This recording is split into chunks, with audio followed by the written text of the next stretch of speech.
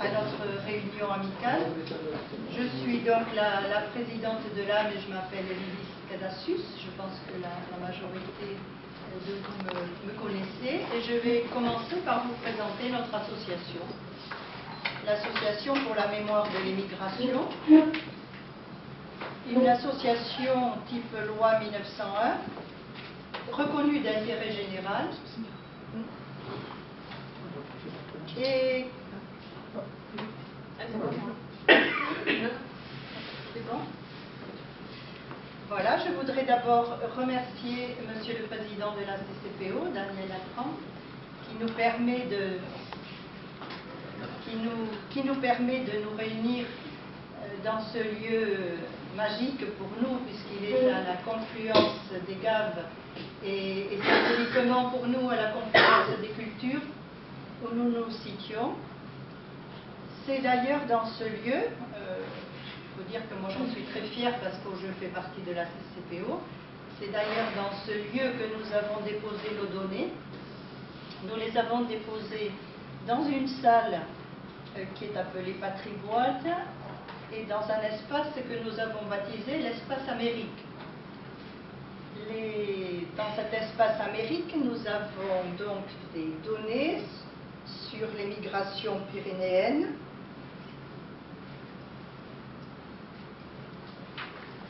composées de 32 000 noms que nous avons déposés en octobre 2011, que nous avons enrichis en 2013 par 1760 noms nouveaux. Et nous avons accompagné ce dépôt de données par la signature d'une convention avec bien sûr la médiathèque pour valoriser et compléter notre base. L'ordinateur que vous voyez dans la salle permet d'ouvrir la base Émigre, d'entrer par le nom et le prénom de la personne recherchée. Pour les femmes, c'est un petit peu restreint parce qu'on ne peut guère chercher que dans les noms des émigrants qui ont été consignés dans les cahiers de l'agent d'émigration La Place de Navarrenx, que nous avons informatisé. Et pour les hommes,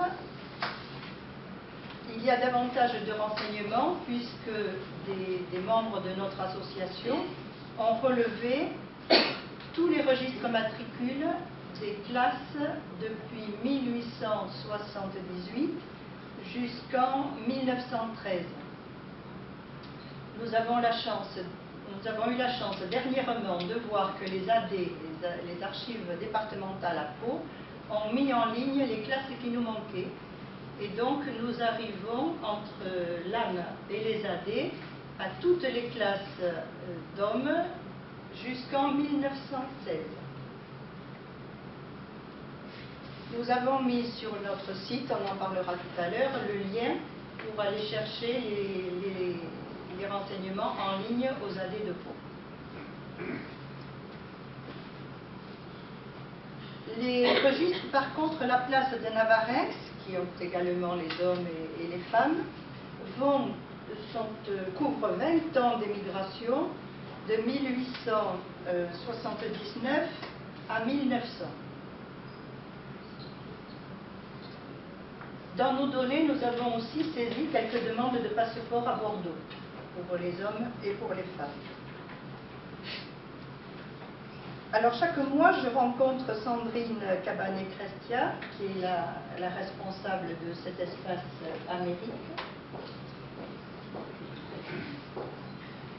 Et souvent, je rencontre Madame Vanderès, que je remercie d'ailleurs pour nous permettre de nous réunir en ce lieu, et Madame Florence Doux, qui la représente aujourd'hui parmi nous. Ce sont les directrices de la médiathèque.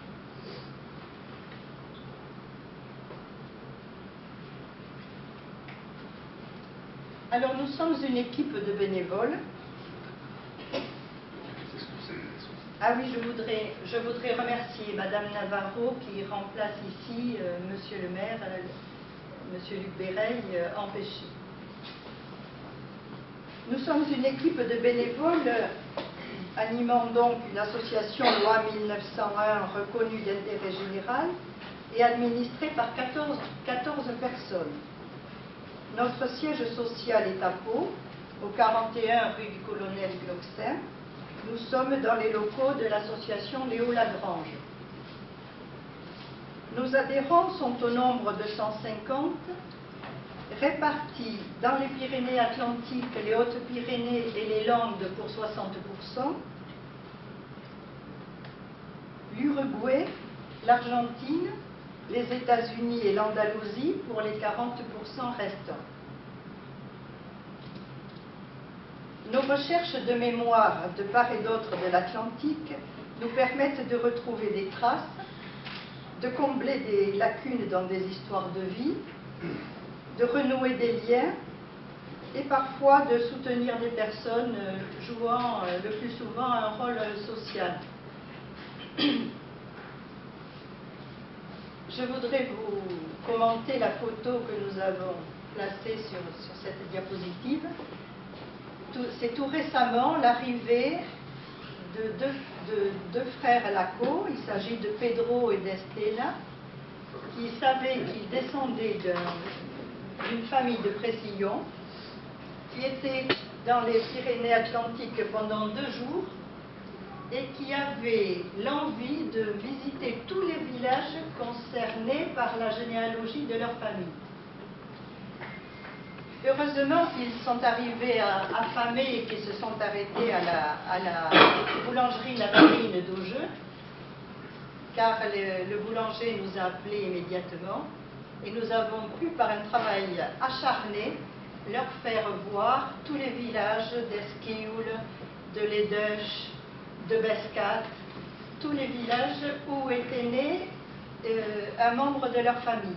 Et nous avons pu, en l'espace de 2 jours, reconstituer leur généalogie sur 3 générations. Là, ils se sont rendus chez moi le dernier jour, juste avant d'aller reprendre l'avion à Toulouse. Et je ne sais pas si vous voyez cette attente-là de Pedro, qui 2 secondes après a explosé de joie en voyant apparaître à l'écran l'inscription de ses ancêtres émigrés au consulat de Buenos Aires.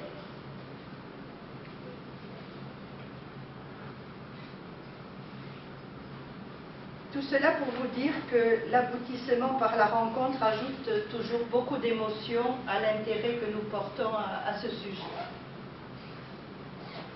Donc nous valorisons la mémoire de l'émigration du département au XIXe et début XXe siècle, cette émigration vers l'Espagne, les Amériques et dans le monde entier. Et je dois préciser que cette émigration a été le propre de notre département avant que notre département ne devienne à son tour un pôle d'immigration. Nous ne sommes donc pas insensibles aux problèmes d'immigration à travers notre démarche.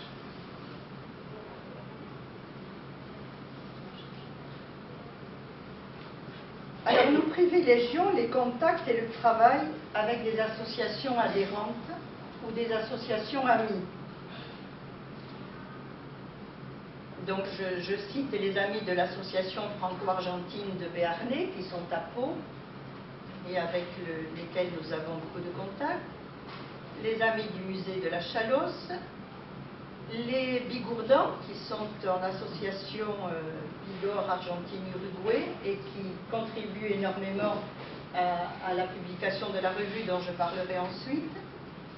Dans les recherches, dès que nous faisons une recherche en Uruguay, nous travaillons avec l'association franco-uruguayenne de Béarnais et en particulier Myriam Manago qui est leur généalogiste acharné.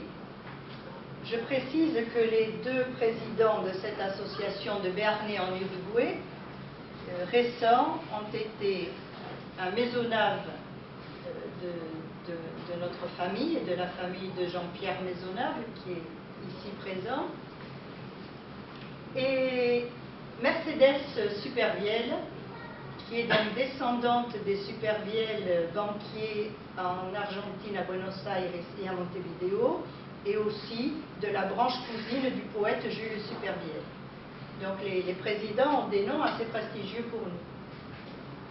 Et je voudrais rajouter que notre cousin Gustavo Maisonnave n'est plus président de cette association d'Uruguay, mais par contre il a réussi à obtenir la nationalité française après tout un cheminement vers la découverte du passé français de ses ancêtres.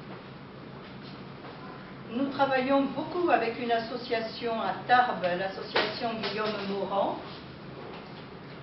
Nous avons une histoire parallèle à l'association Rouergue-Pigoué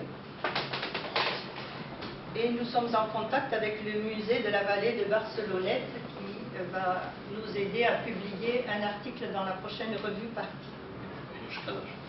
Alors nous avons aussi de très bons contacts avec une association basque à Saint-Palais qui s'appelle Euskal Argentina, dont la responsable n'a pas pu venir aujourd'hui et s'est excusée. À Oloron, nous commençons à coopérer avec l'association des photographes amateurs Arts-Majeurs. Nous avons aussi beaucoup de relations amicales avec Jean Renaud et l'association de l'Osso Acatadi.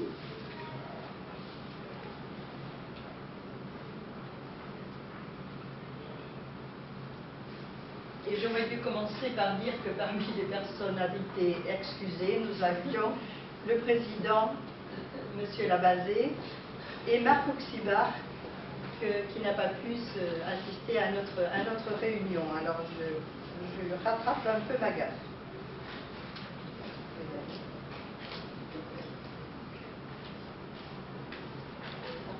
Oui, alors je dois dire que nous avons la chance de pouvoir échanger avec toutes ces associations d'Amérique dans les trois langues, le français, l'américain, enfin l'américain, l'anglais et l'espagnol, et que tout notre travail a comme support les trois langues.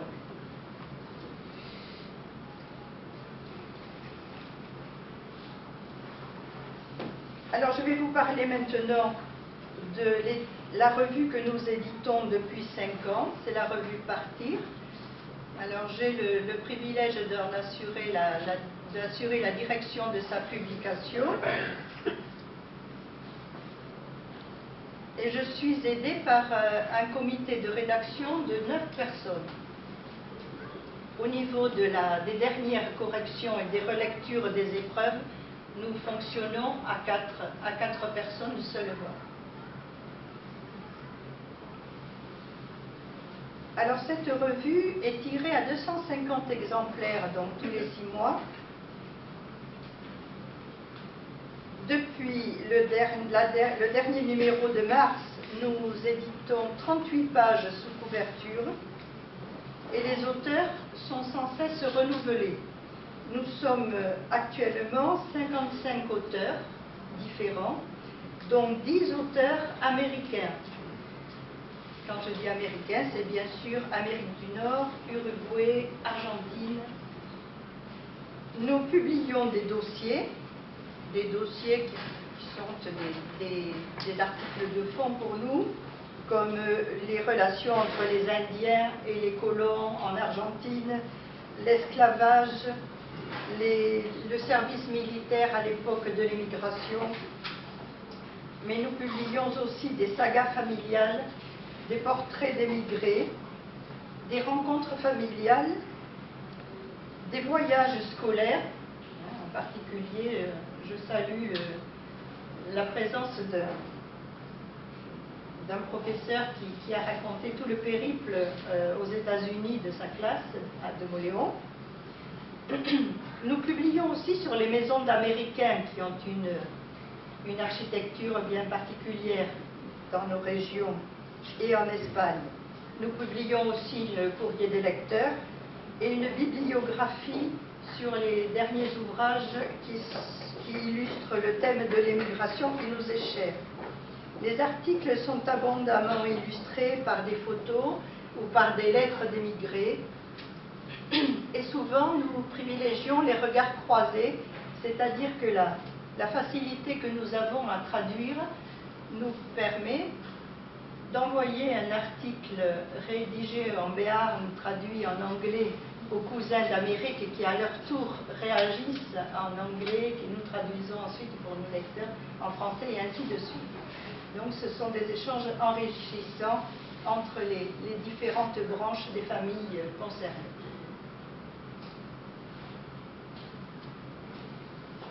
Voilà, moi je termine. Alors,